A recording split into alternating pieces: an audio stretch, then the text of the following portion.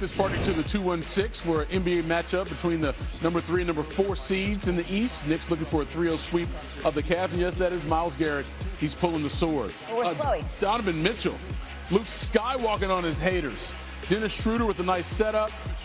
Spider with the punch on the finish. Cavs with an early 6-point lead. And right before the end of the first quarter, Dean Wade for 3 at the buzzer. They were up 9.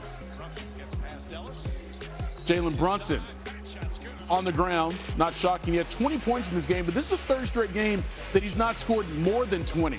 Karl-Anthony Towns steps into a 3. Pedestrian night for him, 14 points, 7 rebounds, but the Knicks were back within 1. Let's go to the third quarter now. Wade to James Harden, wide open 3. Cavs starting to pull ahead at 69-58. And then Mohamed Diawara misses the 3.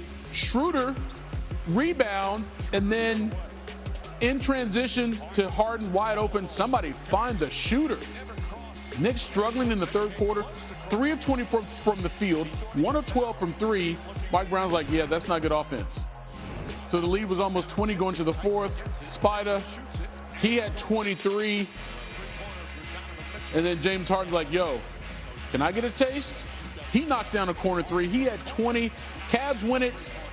They're 13-2 in their last 15, 6-1 since Kenny Atkinson's squad added the beard.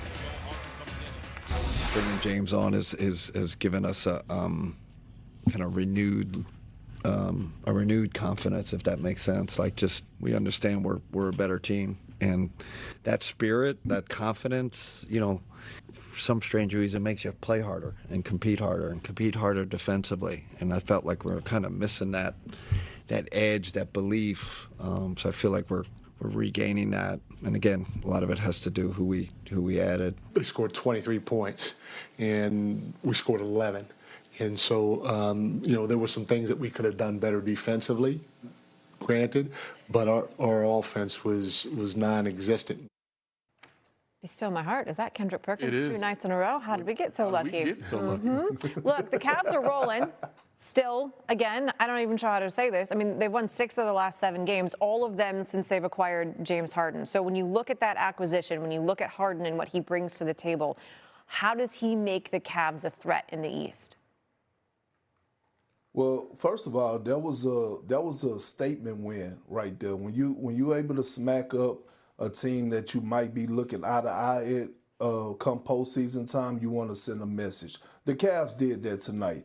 And I don't give a damn what nobody say about James Harden and his playoff woes at times and his drop-off.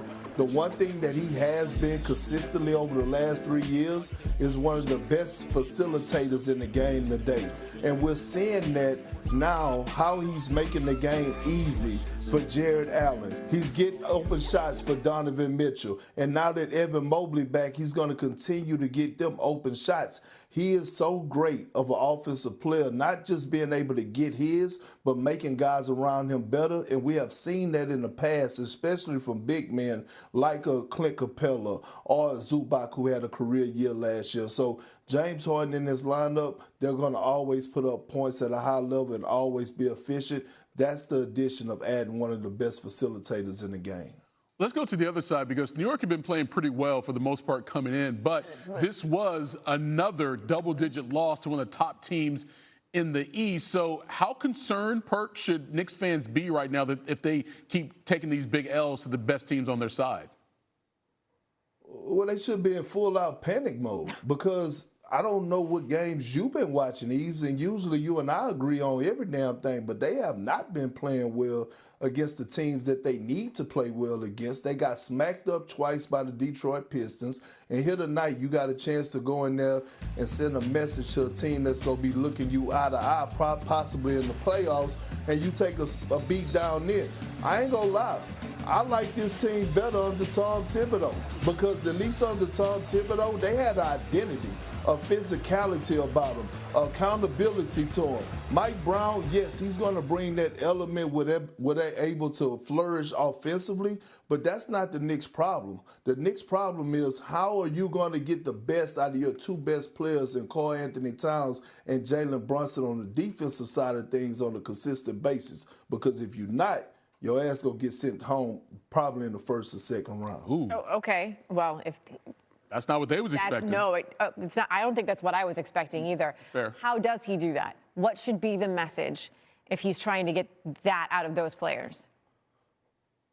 Well, again, I think it comes back to, one, you got to start at the top, right? You got to start with Jalen Brunson. You got to start with Karl Anthony Towns, and you got to hold them accountable. When you look at all the champs that we've seen over the last 3 to 4 years, Jokic, yes, he was known as an offensive player, but in the playoffs, he leveled up defensively. SGA, one of the best scorers in the game, Finals MVP, but he's no slouch on the defensive side of things. The tone has to be set from the top. If not, then it's going to be hell and hot water for you. And I would not want to be a New York fan because they've still been mad for a long time. Perk, appreciate you, brother. Well, Tracy Morgan going to be calling me after the night anyway, but I'm going to have to tell him the truth. You wrong, Big Perk. We're going to be all right. Okay, the more I hear you do it, the more I actually hear it. But again, you needed the setup. I did, yes. I'm not an impressionist. LeBron and the Lakers hosting the Magic. Watch LeBron. He turns it over. So that's a mistake. This isn't, though. That's just LeBron. Did you really think he was going to give up? Did you really think he wasn't going to chase you down? Lakers led 56-53 at the half. Early third, the lead 58-53. Austin Reeves to LeBron. Lakers up 7. Later in the third, Magic down 3. Paolo Banchero, Bibbidi Bobbidi Banchero.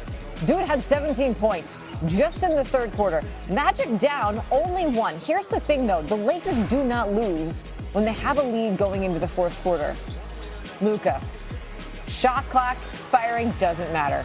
22 points, not on his best shooting night, but that put the Lakers up 2. More Banchero. Plus the foul, he had 36 points. Magic down 1 because he missed the free throw. Then under a minute to play, Magic now down 2. Watch Desmond Bane. Oh, he can hit threes.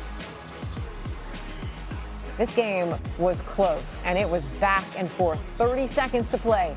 Lakers, now they're down 1. Luka inbounding to LeBron. What's LeBron going to do? Showing his athleticism.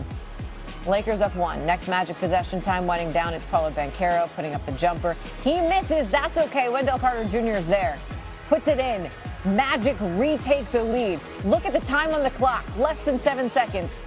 Closing seconds, LeBron looking for the win. Doncic passes up the shot, finds LeBron. He puts up the 3. Not quite. The game winner was there, just no good. Lakers lose 110-109. I'm not sure if you know this about me. I am a planner. Grocery store, have to have a list. On a vacation, I'm the one with the itinerary. I don't like uncertainty. Definitely don't like the current state of the NFL. Some of the most notable players got to be driving you crazy, right? Because here's what we've got. We've got multiple starting QBs, prominent skill position players from playoff teams and those hoping to be playoff teams. Still not sure where, even if they will suit up next season. And that includes, oh, by the way, 42-year-old Aaron Rodgers. You know, we've had conversations with Aaron, and he knows how we feel about him. We know how he feels about us. And, you know, I don't foresee this going as it did last year. But, you know, there's really no I wouldn't say there's a timeline, but, you know, we've stayed in communication. So there's no timeline, but you don't think it'll go up until June? No, I don't foresee it. I think we'll know sooner than later on his decision and where we're at. Here's another storyline, the one in Miami with Tua. What are the Dolphins going to do? I mean, last season was the worst in Tua's career. His QBR was 38, and he threw 15 picks. Less than ideal for a guy who also carries a $56 million cap hit next season. We're evaluating